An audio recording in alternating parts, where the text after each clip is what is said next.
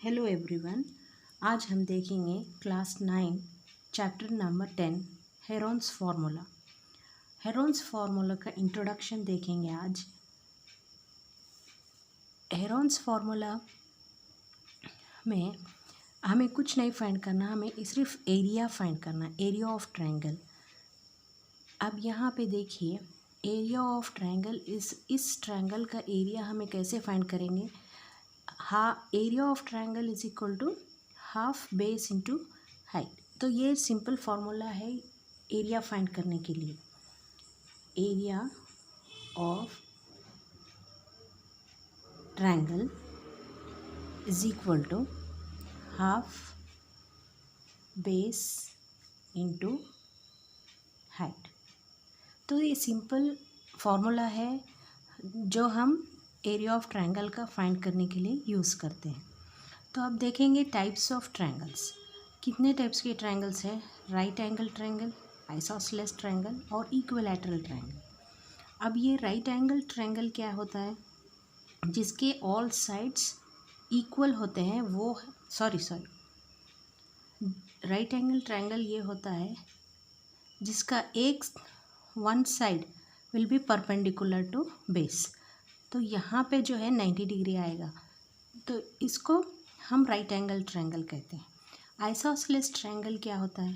Isosceles triangle में any two sides will be equal, और equilateral triangle में all the sides will be equal. तो यहाँ पे all the sides will be equal. अब यहाँ पे देखेंगे isosceles triangle with an example. अब ये आइसोसेलेस ट्रायंगल है, इसका एक साइड 8 है, एक साइड 4 है और एक साइड हमें पता नहीं, लेकिन हमें मालूम है कि आइसोसेलेस ट्रायंगल का दो साइड्स जो होते हैं इक्वल होते हैं। अब हम यहाँ पे पाइथागोरस थ्योरम लगाएंगे, लगा के इस ट्रायंगल का एरिया फाइंड करेंगे बाय पाइथागोरस थ्योरम। अब हम पाइथागोरस थ्योरम से हम क्या ले सकते हैं? A B square equals to A D square plus B D square. A B square equals to A D square plus B D square. तो अब ए बी स्क्वायर क्या दिया हुआ है? 8 स्क्वायर। ए डी स्क्वायर हमें पता नहीं, हमें फाइंड करना है, प्लस बी डी क्या होगा?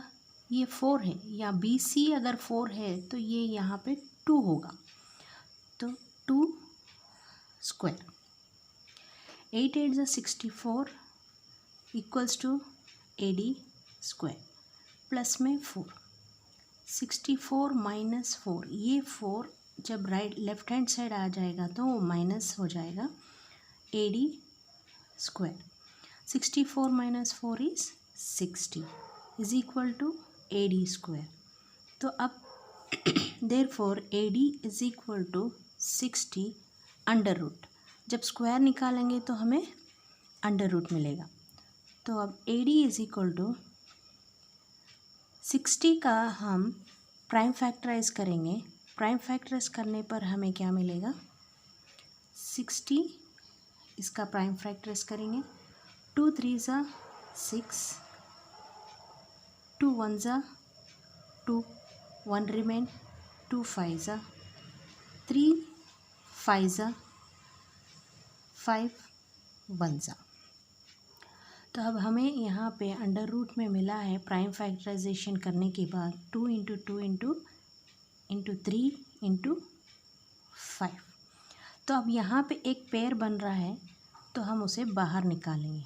2 3 5 ज़ा 15 होता है, तो रूट 15 रख देंगे एज इट इज़। तो अब ये हो गया हमारा एडी। लेकिन हमें चाहिए एरिया। एरिया कैसे फाइंड करेंगे?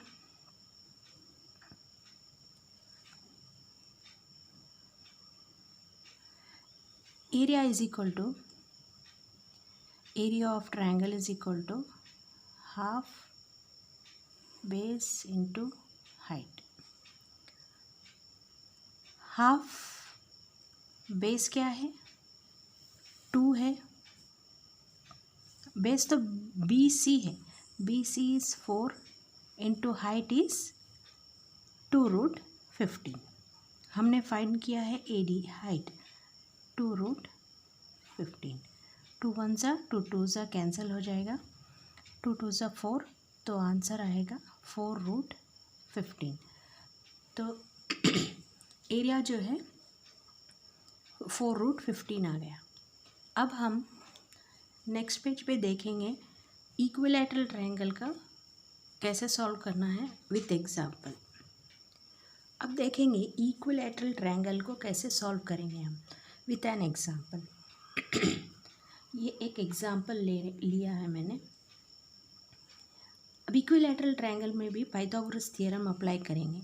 पाइथागोरस थ्योरम में अब यहाँ पे क्या करेंगे, A B square is equal to B D square plus A D square. तो अब यहाँ पे ऑल द साइड्स क्या है, इक्वल है, तो A B square is equal to B D square plus A D square. तो अब यहाँ पे ए बी क्या है 10 स्क्वायर। अब बी डी क्या है, B D will be half of the B C, so 5 square.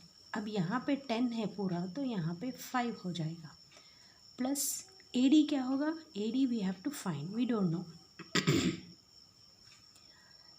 अब 10 10 ज़ा 100, 5 5 ज़ा 25, 25 को मैं डायरेक्टली इधर ला लूँगी, तो -25 is equal to A D square. 100 minus 25 is 75 A D square. अब A D is equal to under root में 75। अब इस ए डी का 75 का प्राइम फैक्टराइजेशन करेंगे तो हमें क्या मिलेगा, 75, ये 5 से जाएगा क्योंकि यूनिट डिजिट जो है 5 है। 5 1 ज़ा 2 रिमेन्स, 5 5 ज़ा 5 3 ज़ा 3 1 ज़ा। तो अब हमें क्या मिला, अंडर रूट में 5 × 5 × 3। तो अब इसका पेयर बना लेंगे, 5 का पेयर बाहर आ जाएगा, तो 5 एक बाहर आ जाएगा, जो बचा है 3 अंदर ही रहेगा। तो ए डी जो हाइट आया है हमें 5√3 है। अब इसका हमें एरिया फाइंड करना है। Area of triangle is equal to half base into height, ये हमें पता है बाय फॉर्मूला। हाफ, अब बेस क्या है 10 इंटू हाइट क्या है 5√3, जो हमने फाइंड किया है। 2 1 ज़ा 2 5 ज़ा 5 5 ज़ा 25 √3, ये हो गया इसका एरिया। तो नेक्स्ट हम देखेंगे जो main part of this lesson is area of triangle by Heron's formula. अब हेरॉन्स फार्मूला लेके हमें फाइंड करना है। Under root s minus a, s minus b, s minus c, यानी यहाँ पे जो यस है सेमी पेरीमीटर है। सेमी पेरीमीटर, अब हमें पता है पेरीमीटर ये पूरे साइड्स है, all the sides are perimeter. Semi perimeter means उसका हाफ, यानी पेरीमीटर डिवाइडेड बाय हाफ। तो यस क्या होगा, पेरीमीटर डिवाइडेड बाय 2। अब यहाँ पे ए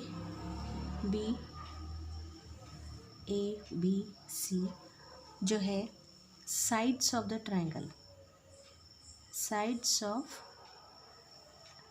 दिस ट्रायंगल। अब यहाँ पे यस क्या हो गया, a plus B plus c divided by 2, यानी जो पेरीमीटर है a plus B plus c divided by 2। ठीक है, अब यहाँ पे देखेंगे हम find the area of triangle using Heron's formula with example. अब ये फार्मूला से हम यूजिंग हेरॉन्स फार्मूला लेके हम ये एरिया ऑफ ट्रायंगल को फाइंड करना है। ये एग्जांपल है। अब यहाँ पे देखिए find the area of triangle using Heron's formula. अब यहाँ पे जो सेमी पेरीमीटर है हमें फर्स्ट वो फाइंड करना है।